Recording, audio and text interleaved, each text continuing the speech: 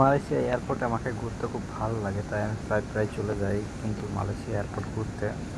তো আমি যেখানে আছি ওখান থেকে আমি মালয়েশিয়া এয়ারপোর্ট যেতে অলমোস্ট বাংলাদেশ টাকায় লাগে 3,000 টাকা, আবার ব্যাক করতে কিন্তু লাগে 3,000 টাকা। দ্যাট মিন এয়ারপোর্ট যাওয়া আসার ভাড়া হচ্ছে 6,000 টাকা।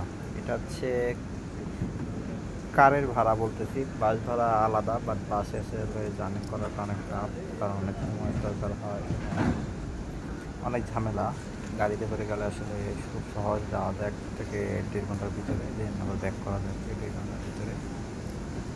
তো ইতিমধ্যে রাত 2টা বাজে মালয়েশিয়ায় আছি। আসলে এই টাইমটায় ফাঁকা থাকে বেশি, দিনের বেলাতেই মালয়েশিয়া এয়ারপোর্ট ফাঁকা থাকে, খুব বেশি একটা লোক দেখা যায় না। আই মিন আসলে খুব সহজে এখানে দ্রুত দ্রুত সবাইকে ছেড়ে দেয়, যার কারণে এখানে কিন্তু ভিড় হওয়ার সুযোগ নেই। আমাদের বাংলাদেশে কিন্তু একজনকে ধরলে 1 ঘন্টার আগে শেষ করে না। তো এখানে সব কিছুর খুব দ্রুত ব্যবস্থার কারণে এখানে কিন্তু ভিড় তেমন একটা জমে না মালয়েশিয়াতে।